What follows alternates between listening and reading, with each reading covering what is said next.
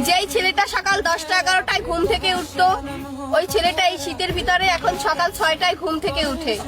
যেই ছেলেটা খাবার নিয়ে মায়ের সাথে চিল্লাচিল্লি করতো, ওই ছেলেটা এখন চোখের সামনে যা পায় তাই খায়। বুঝতে পারতেছো তো, পরিস্থিতির শিকার। তাই আপুরা, সব ছেলেরা এক হয় না, আর সব ছেলেদের নামে বাজে কথা বইলো না। একবার ছেলেদের জায়গায় গিয়ে দেখো, মানসিক চাপ আর জীবন যুদ্ধ করতে করতে জীবন চলে যাবে।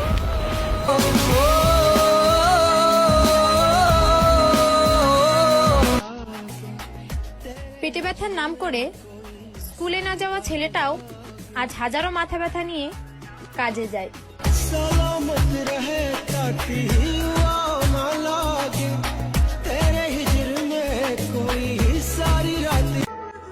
পুরুষের মিথ্যা হাসির কারণ যদি নারী জানতো, তাহলে ওই পুরুষকে কষ্ট দেওয়ার আগে ওই নারীর রুহু কেঁপে উঠতো।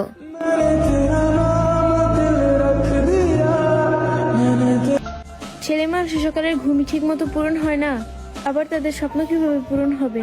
তাদের ভোর কুয়াশার মধ্যেও কাজে যেতে হয়। ছেলে হওয়া এত সহজ নয়।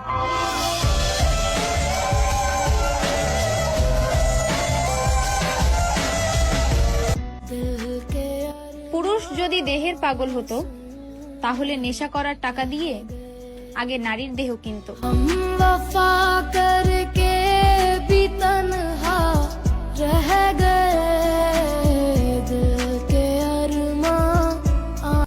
ওহে পুরুষ, পড়িও না নারীর প্রেমে, করিও না ভুল।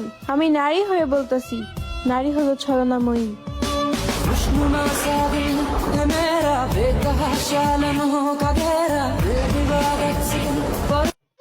যে ছেলে তোমাকে জান, কলিজা, পাগলি বলে ডাকে, ভেবে নিও সে ছেলে তোমাকে শুধু গার্লফ্রেন্ড না, তার জীবন ভাবে।